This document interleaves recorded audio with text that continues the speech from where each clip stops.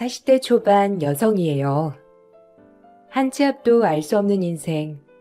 저 역시도 참 많은 일이 있었던지라 용기 내서 사연을 써보려고 해요. 어렸을 적 부모님도 기억이 나지 않을 정도의 나이에 보육원에 들어갔어요.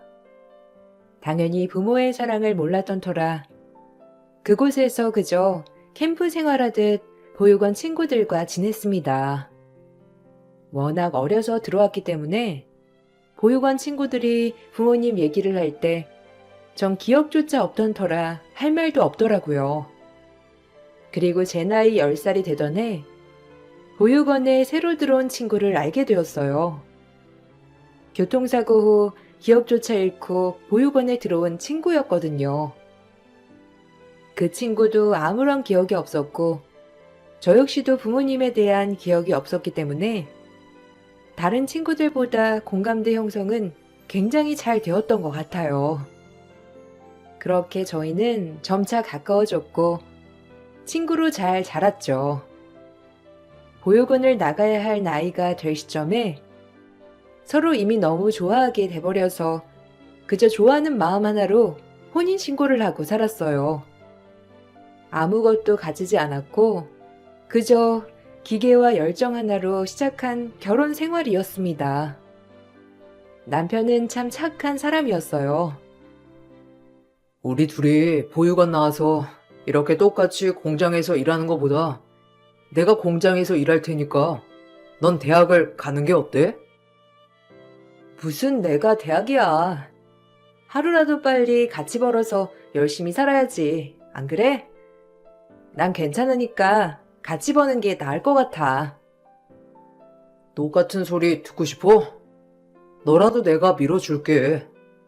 나중에 아이 낳고 살 건데 부모 중 한 명은 그래도 대학 문턱은 밟아야지. 그래도 자기 혼자 이렇게 힘들게 사는 거 싫은데. 벌어도 같이 벌어야지. 그래야 빨리 집도 사고 떵떵거리며 살지. 배움은 남 주지 않아. 너라도 배워야지. 난 괜찮으니까 네가 꼭 대학에 가서 많이 배웠으면 좋겠어. 부탁할게, 이렇게. 남편은 저에게 아이를 낳아서 키우려면 그래도 제대로 된 부모가 돼야 되지 않겠냐며 대학을 권유했어요. 아이가 생기기 전에 제 뒷바라지를 해주고 싶다며 말이죠. 너무 고마웠지만 한편으론 미안했습니다. 남편이 학교 다닐 때부터 엄청 똑똑한 것을 알았기 때문에 본인이 학교에 더 가고 싶어 한다는 것을 알았거든요. 하지만 남편은 한사코 저보고 대학을 가라고 하더군요. 염치가 없게도 전 그 제안을 수락했어요. 저 역시 평범한 20대를 누리고 싶었고 남편에게 등 떠밀린다는 핑계로 일보다는 대학을 선택했죠.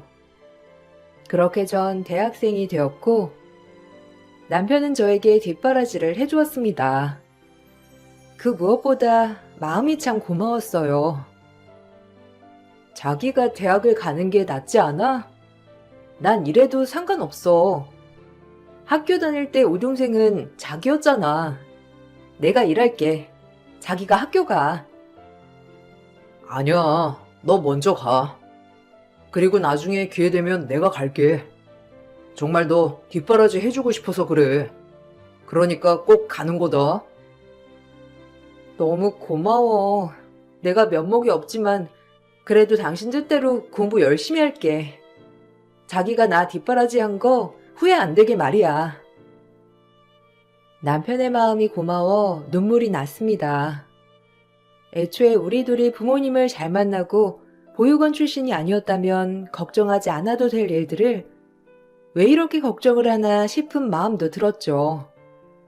그렇게 전 대학을 가게 되었고 남편이 힘들게 밤낮으로 교대 근무를 해가며 일을 하는 것을 알았기 때문에 저 역시 공부에 매달렸죠. 오히려 결혼을 하고 대학을 가니 공부에만 집중할 수 있는 게 참 좋더라고요. 남들은 미팅이다, 아르바이트다, 바쁜 대학 생활이었지만 전 오로지 남편 뒷바라지 덕에 공부만 했거든요. 누군가가 이렇게 서포트 해준다는 게 참 좋았고, 처음 받아보는 서포트였기 때문에 남편한테 고마운 마음이 가득했어요. 당신 때문에 너무 고마워. 이렇게 아무것도 신경 쓰지 않고 공부만 할 수 있어서 나 이번에도 장학금 받을 것 같아. 기특하다 진짜. 매번 장학금 안 놓치고 이렇게 공부를 할 수 있다니. 너무 대견해. 조금만 더 버티자. 그러면 될 거야. 나야 뭐 편하지. 자기가 벌어다 주는 돈에 진짜 공부만 하면 되는데 뭐. 우리 학교에서 내가 제일 편하게 공부할걸? 그래도 그렇게 공부하기가 쉽지 않은데 내가 너 뒷바라지 해주는 보람이 있어. 그러니까 지금처럼만 해. 알겠지? 제가 갔던 과는 간호학과였어요. 무엇보다 취직이 잘 돼야 될 것 같았고, 평생 직장으로 삼아도 괜찮겠다 싶어 현실적으로 선택한 과였어요. 현실적으로 골랐지만 다행히 과는 저와 잘 맞았고, 우수한 성적으로 졸업 후 저는 바로 서울의 대형 병원의 신입 간호사로 취직을 하게 되었어요. 3교대 근무를 해야 했지만 그래도 사회초년생 치곤 월급이 꽤 많았죠. 신랑 혼자 벌다 둘이 벌게 되니 오히려 여유가 있었어요. 그리고 저는 신랑에게 고마운 마음을 담아 공부를 하고 싶으면 하라고 제안을 했어요. 그리고 저 역시 남편이 저에게 그랬던 것처럼 남편에게 뒷바라지를 해주고 싶었습니다. 온전히 누군가가 이렇게 아무 조건 없이 서포트해주는 것을 남편도 느끼게 해주고 싶었거든요. 하지만 남편은 그 제안을 거절하더라고요. 아무래도 아이도 낳아야 하고 현실적으로 가장이 마냥 공부를 할 수 없다고 생각한 것 같았어요. 그런 남편을 설득하는 것도 많은 시간이 소요되었죠. 자기도 이제 공부해보면 어때? 내 뒷바라지 하느라 공부 못했잖아. 그러니까 이번엔 바꿔서 자기가 학교 갔으면 좋겠어. 아니야. 나는 지금 하는 일도 적성에 잘 맞고 좋아. 그리고 가장인데 가장 역할을 해야지. 난 괜찮으니까 신경 쓰지 마. 그래도 자기 공부하고 싶잖아. 아니야? 학교 다닐 때 자기가 얼마나 공부를 열심히 했는데 얼마나 하고 싶겠어. 지금이 좋아. 이렇게 일하고 돈 버는 거. 어차피 공부도 돈 벌기 위한 수단으로 하는 건데. 지금 생활에 만족해. 괜찮아. 나 만나서 공부시켜주고 자기 이렇게 희생하는 거 절대 안 잊을 거야. 너무 고마워. 혹시라도 공부하고 싶으면 꼭 얘기해. 남편은 한사코 공부하기를 거부하면서 그래도 본인이 가정을 책임져야 한다고 했어요. 한참을 설득하다 남편이 절대 학교를 가지 않겠다는 말에 그 말은 점점 하지 않게 되었고, 저와 남편 둘은 정말이지 열심히 살았습니다. 둘밖에 없어서 따로 많이 쓰는 돈보다 저축하는 돈이 많았고, 어려서부터 아끼는 것이 습관이 된 터라 늘 먹는 것도 싼 거, 입는 것도 싼 거, 보기에만 나쁘지 않으면 됐지라는 마인드로 살았어요. 그리고 기다리던 보물 새 생명도 찾아왔고요. 너무 좋더라고요. 이제 아이가 찾아왔으면 좋겠다 생각했던 시점에 딱 아이가 찾아와서 얼마나 행복했는지 몰라요. 남편도 마찬가지였고요. 이제 우리한테도 아기가 생겼어. 자기도 3교대 힘드니까 그만두고 좀 집에서 쉬어. 가뜩이나 고될 텐데, 어? 아니야. 우리 병원 육아휴직도 잘 되어 있어서 걱정 안 해도 돼. 그리고 요샌 맞벌이 해야 하는 추세인데 애기 태어나면 애기가 하고 싶은 거 다 하게 해줘야지. 우리 세 식구 정말 열심히 살아보자, 자기야. 내 옆에 있어줘서 항상 고마워. 꿈만 같다. 우리한테 아이가 생기다니. 우리가 받지 못한 사랑, 아이한테는 듬뿍 주면서 키우자. 난 그럴 준비 되어 있어. 당연하지. 나도 완전 사랑 듬뿍 줄 거야. 우리 집 복덩이에 우리는 첫 부모로 만들어준 아이잖아. 꼭 예쁘게 키울 거야. 서로가 가정에 결핍이 있던 터라 이렇게 한 가정을 꾸린다는 게 정말이지 벅찼고, 아이를 갖고 남편과 이런저런 얘기를 하다 우리의 부모님들은 어떤 분일까라는 말을 하게 되던 날이 있었죠. 아이를 가져보니 저를 보육원에 데려다준 부모님이 정말 이해가 가지 않더라고요. 내 자식 무슨 일이 있어도 내가 끝까지 먹여 살려야 한다는 마음이 가장 먼저 드는데, 우리 부모님은 어떻게 날 모질게 버리셨을까 하는 마음도 들었고, 그런 저를 남편은 참 다정하게도 많이 안아주고 위로해 주었죠. 본인도 슬플 텐데 말이에요. 아이가 태어날 날을 손꼽아 기다리며 드디어 아이가 태어났고 더할 것 없이 행복했던 나날이었어요. 우리 아기야. 어쩜 이렇게 예쁠까? 눈에 넣어도 진짜 안 아프다. 손도 잡고 발도 잡고 진짜 너무 조그만 것 봐. 자기야, 고마워. 이렇게 내 옆에 있어줘서. 우리 딸이랑 자기랑 세 식구 행복할 일만 남았어. 항상 내 옆에 있어야 하는 거 알지? 당연하지. 우리 셋은 무조건 함께야. 그러니까 걱정 말고 몸조리 잘해.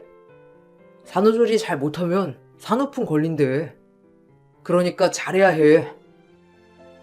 당신이 있는데 뭐가 걱정이야? 친정엄마 없어도 자기가 이렇게 옆에서 살뜰히 챙겨주니까 빈자리를 정말 모르겠어. 친정엄마가 안 계신 제가 혹시라도 산후조리를 제대로 못할까? 남편은 정말 저에게 잘했습니다. 친정엄마 못지않게 늘 미역국을 끓여댔고, 혹시라도 제가 산후풍이라도 올까 언제나 절 먼저 챙겼거든요. 손목관절 나갈까봐 아이 육아도 솔선수범하는 그런 남편이었어요. 그렇게 행복만 가득할 거라고 믿고 있던 그때였죠. 딸아이가 4살 되던 해 남편은 일하다 발작을 일으켜 응급실에 가게 되었고, 상태가 위독하다는 말에 모든 검사를 마치고서 교모세포종이라는 병명을 얻게 되었습니다. 가장 흔한 악성 종양입니다. 정확한 원인은 밝혀진 게 없지만 유전학적 요소도 있고 환경적 요소도 있어서 발생하는 암이죠. 종양의 성장 속도가 굉장히 빠르기 때문에 하루라도 빨리 종양을 제거하고 방사선 치료랑 항암 치료를 하는 게 좋을 것 같네요. 네? 어쩌다 이런 일이... 아니, 수술하면 살 수 있나요? 범인은요? 생존율이 어떻게 되는데요? 제발 살려주세요. 환자가 얼마나 치료에 잘 반응하는지 봐야 할 것 같네요. 일단 속도가 빠른 만큼 하루라도 빨리 수술이 필요해요. 청천벽력 같았어요. 왜 착한 남편한테 이런 일이 일어났는지 말이에요. 그렇게 저에겐 암담한 나날들이 펼쳐지기 시작했고, 저보다도 더 낙담했을 남편을 위로하는 것도 저의 몫이었어요. 무엇보다 이 어린 딸과 어떡할까라는 마음이 먼저 앞섰죠. 제발 남편이 무사하기만을 바라고 바랬지만, 교모 세포종은 남편을 정말 힘들게 하더군요. 남편의 멘털은 물론이고 늘 긍정적이던 남편을 어둡게 만들었고, 제가 생각해도 남편이 무슨 생각을 할까 늘 걱정이 될 정도였어요.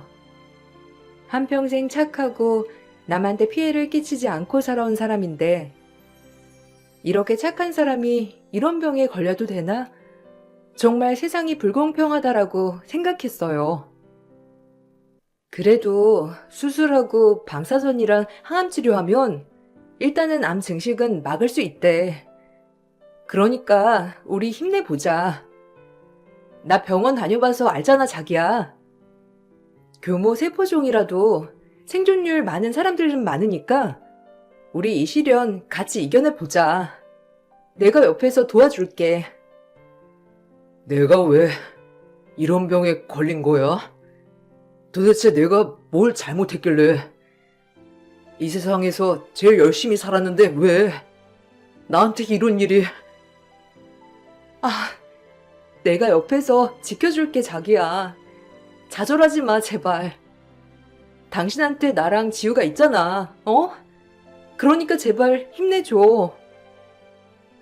이럴 줄 알았으면 더 열심히 살걸. 어차피 결과가 이럴 줄 알았으면 미안해. 지금은 아무 말도 하고 싶지도 않아. 남편의 꺼이꺼이 울음소리에 가슴이 미어졌어요. 그래도 남편은 저와 딸을 위해 악착같이 치료에 전념했고 전 모아놓은 돈으로 남편의 수술비와 병원비에 쏟았어요. 생활비도 필요했기 때문에 어린 딸을 어린이집에 맡기고 그 시간에 병원 아르바이트를 하고 밤에는 대리운전도 했습니다. 그렇게 밤낮으로 남편의 치료비와 생활비를 벌기 위해 애썼죠. 남편의 병원비가 워낙 컸기 때문에 생활비는 밑빠진 독에 물 붓기더라고요.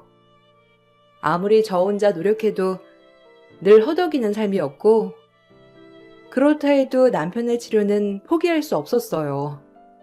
저와 딸을 위해 희생한 남편을 이대로 포기할 순 없었거든요.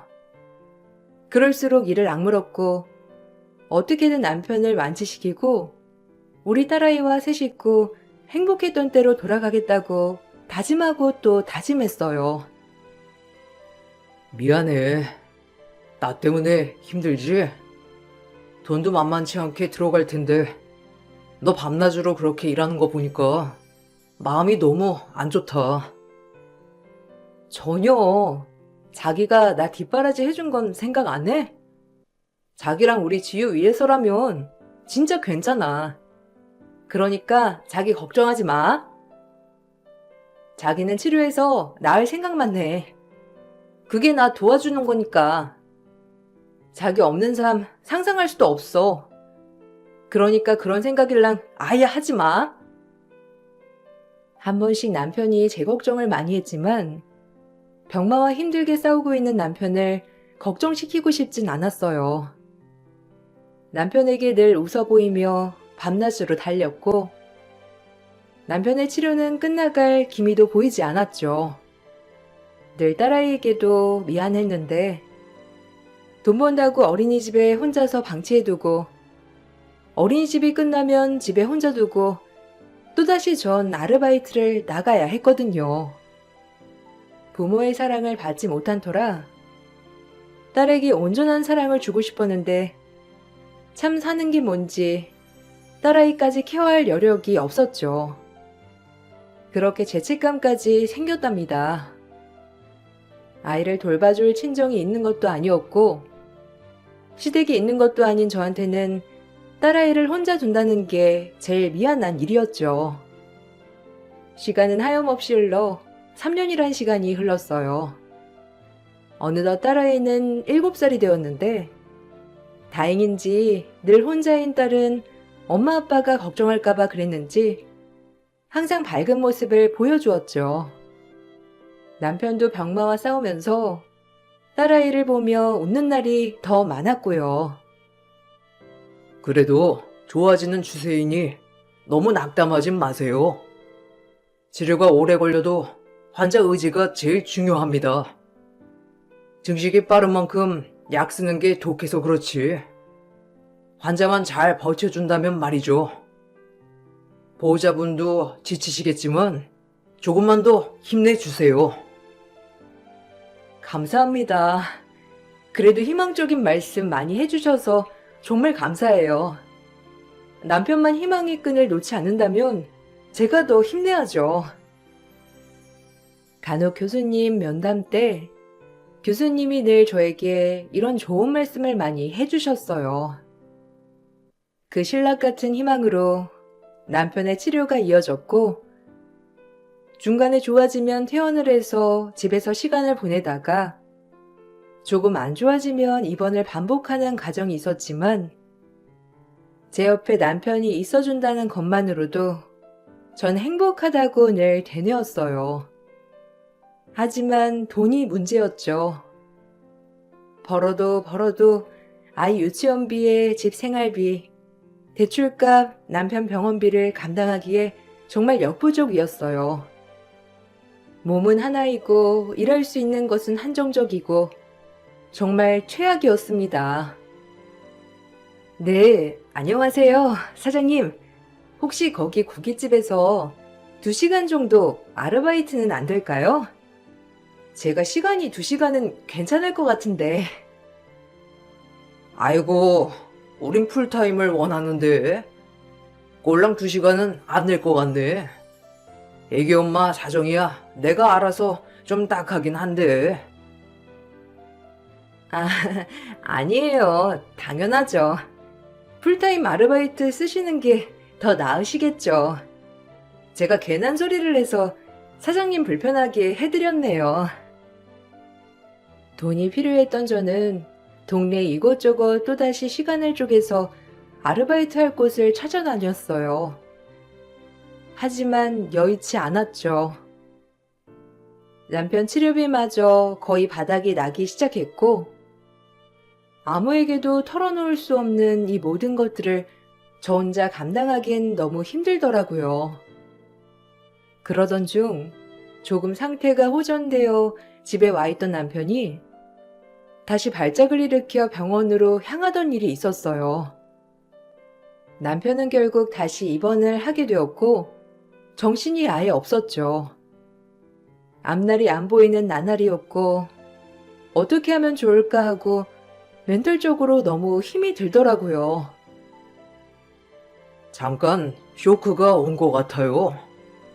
조금 쉬면서 수액 맞고 하면 안정을 다시 취할 수 있을 것 같으니 보호자분 너무 놀라지 마세요. 네, 감사합니다. 바로 태어나는 게 아니었는데 너무 섣불리 퇴원을 결정했나 봐요. 제발 이번에도 아무 일 없기를요.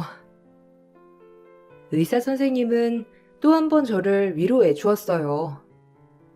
그렇게 아무 생각 없이 어린 딸과 망연자실하며 있는데 딸아이가 뜬금없는 말을 하는 게 아니겠어요? 정말 신기하게도 딸아이의 말 한마디가 정말 모든 것을 다 바꿔놓게 되었어요. 엄마, 아빠가 왜 TV에 자꾸 나와요? 아까부터 저기 TV에 자꾸 아빠가 웃으면서 얘기하잖아. 저기 봐봐. 아, 무슨 소리야. 지우야, 엄마 지금 좀 힘드니까 잠깐 눈 좀 감고 있어도 될까? 지우가 이해해 줄 수 있지?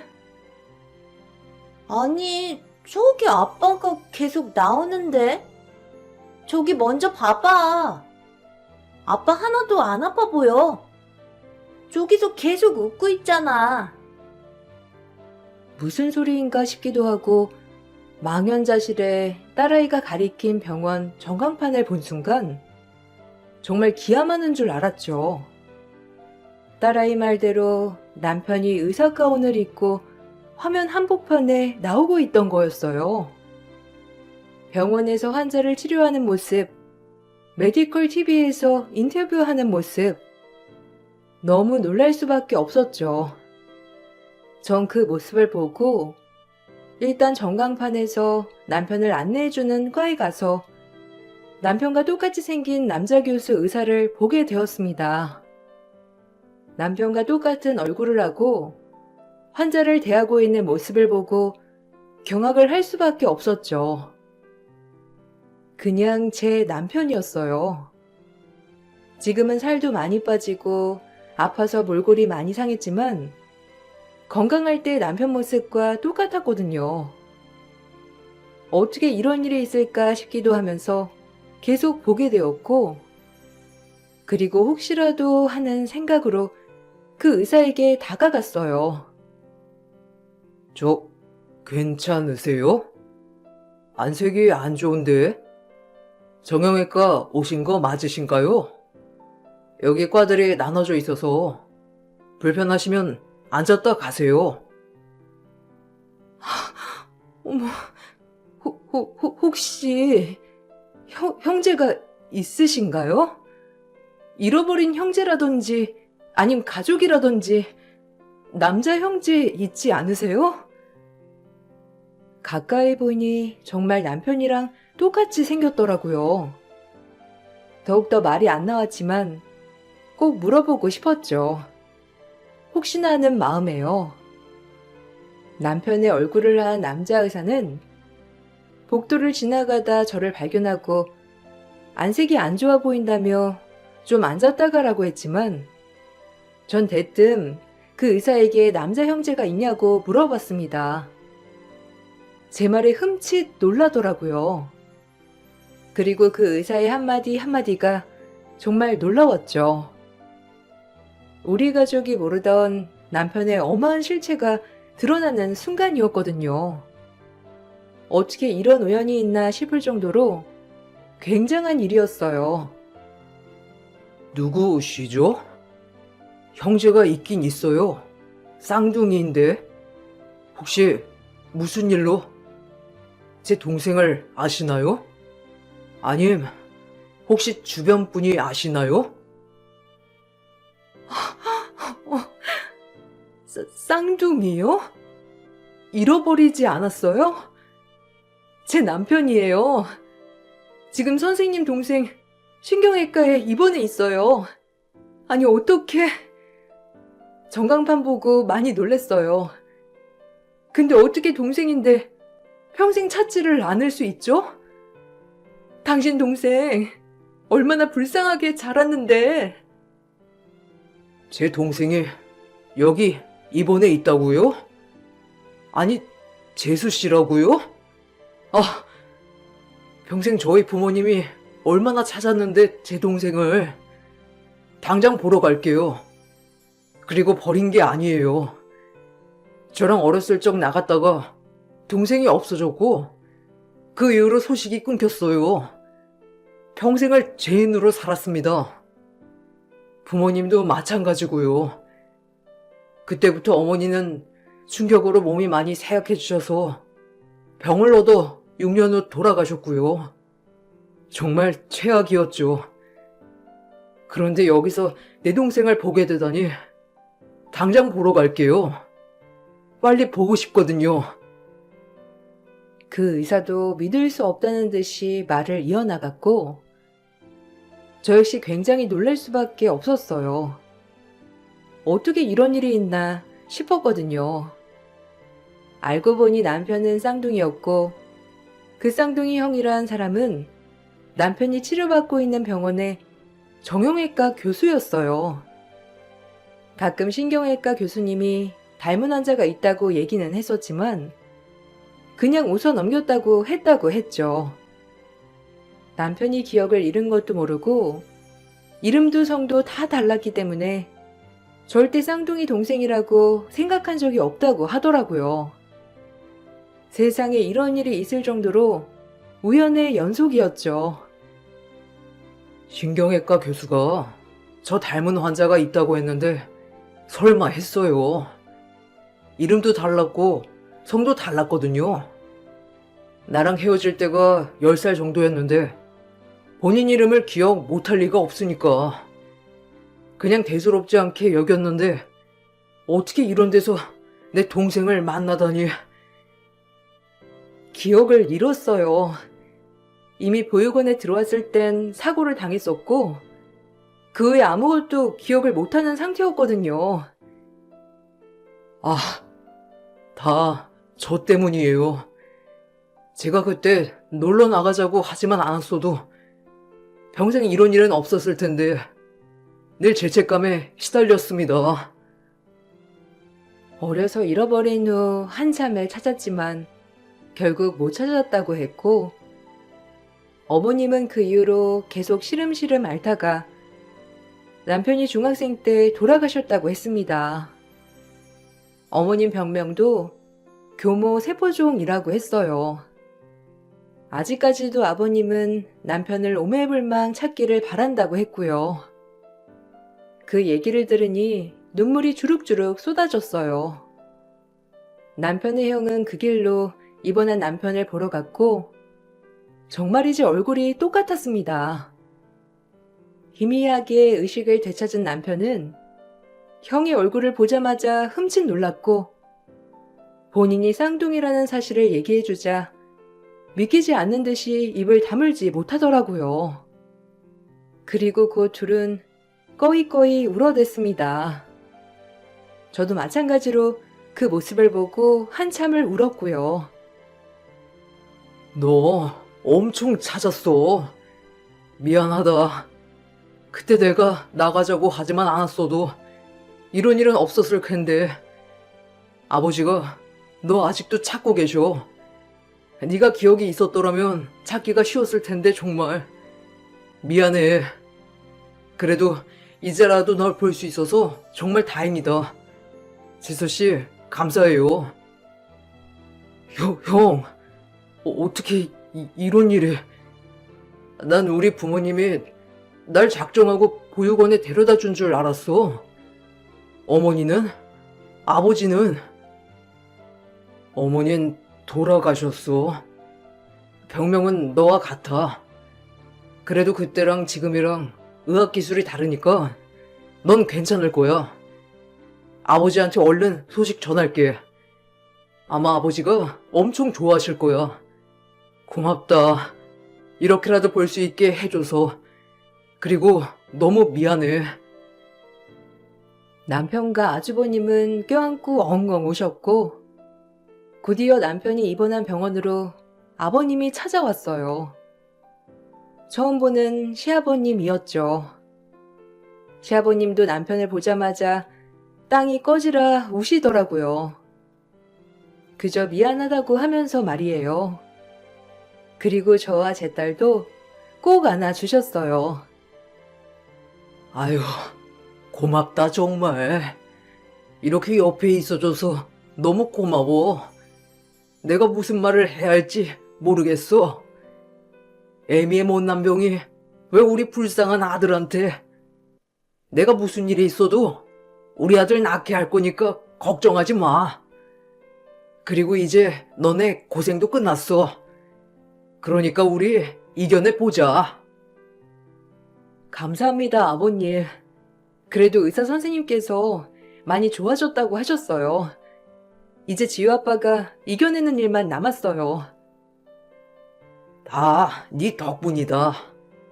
우리의 치료 포기 안 하고 어려운 환경에서도 밝은 모습 잊지 않아줘서 너무 고맙다.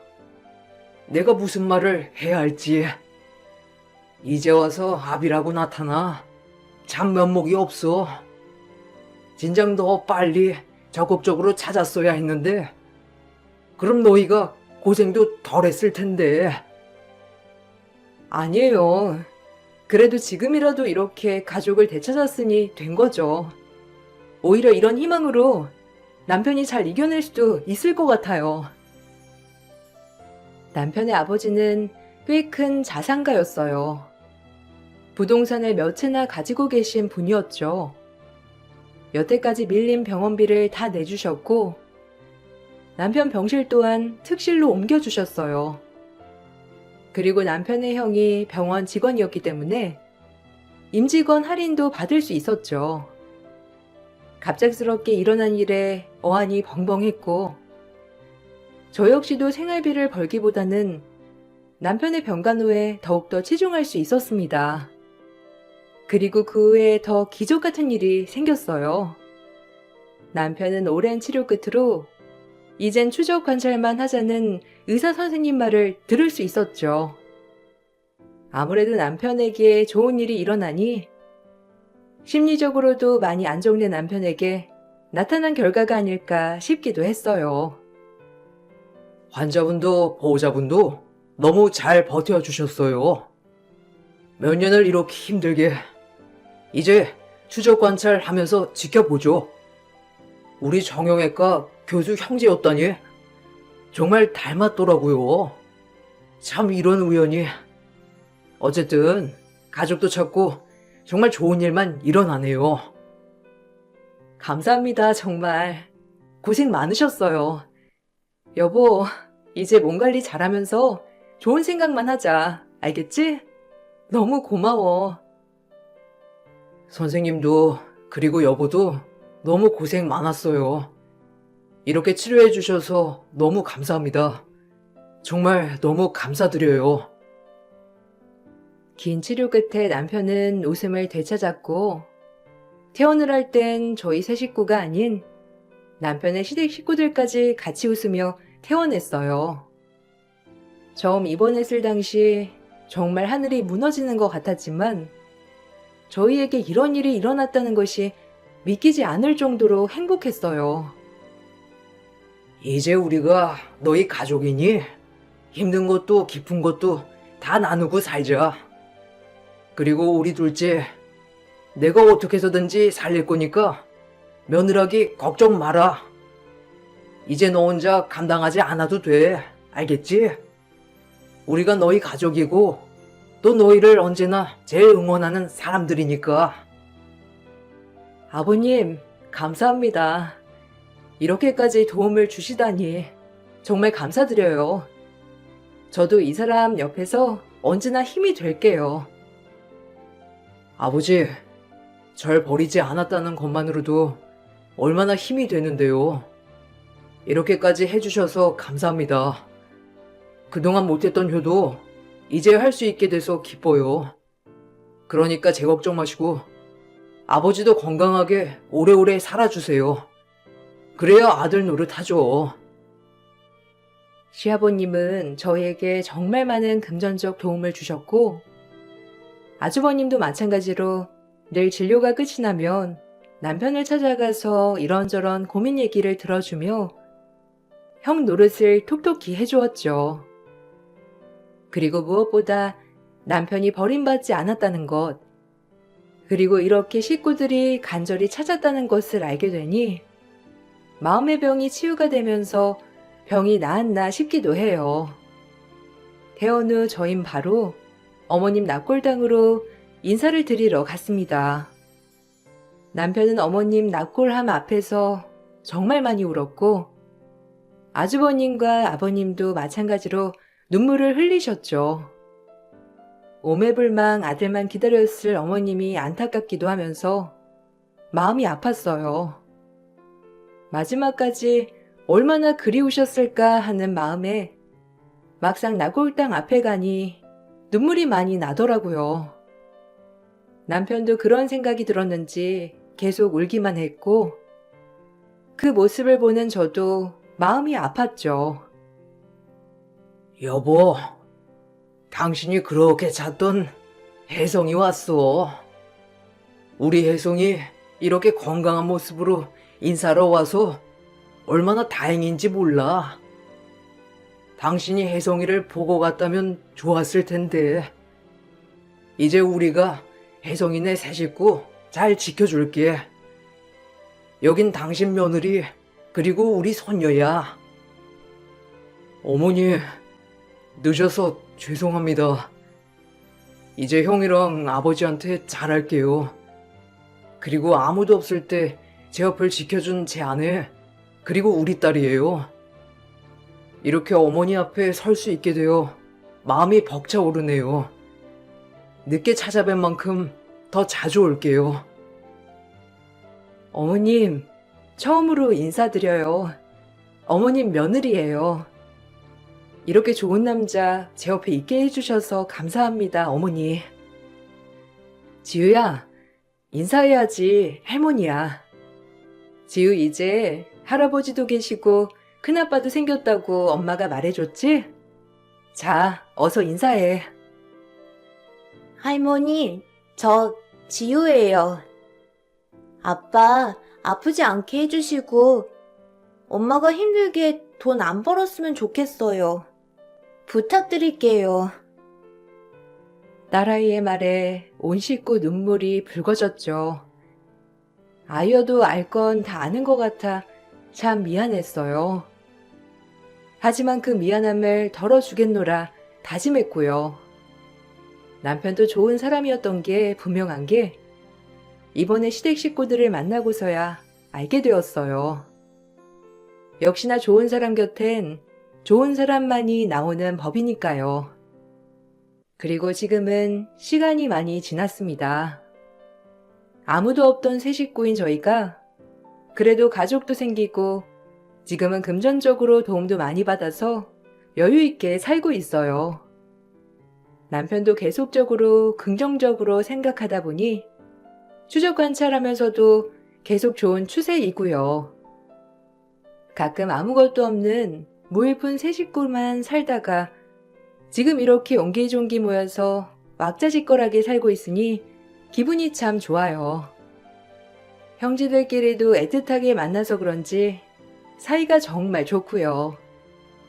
그리고 아주버님이 말씀하시길 항상 그늘져 있던 아버님도 요즘엔 늘 웃고 지내신다고 하니 정말 뿌듯해요. 제일 행복한 건 이제 돈 때문에 딸아이를 홀로 방치하지 않고 제가 오롯이 돌볼 수 있어서 이 부분이 제일 행복하기도 합니다. 이것이 다 아버님이 도와주신 거고요. 이 글을 쓰다 보니 시댁에게 참 감사하다는 생각이 들면서 다시 한번 잘해야겠다고 생각이 들어요. 한 치 앞도 알 수 없는 인생. 정말이지 앞으로 어떤 일이 일어날까 늘 궁금하지만 지금처럼 이 행복이 유지되기를 바랄 뿐입니다. 더불어 남편 또한 지금처럼 건강하게 무사히 제 옆에서 완전히 완치를 하는 것이 제 목표예요.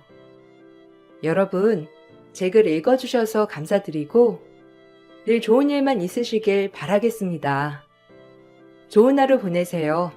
감사합니다.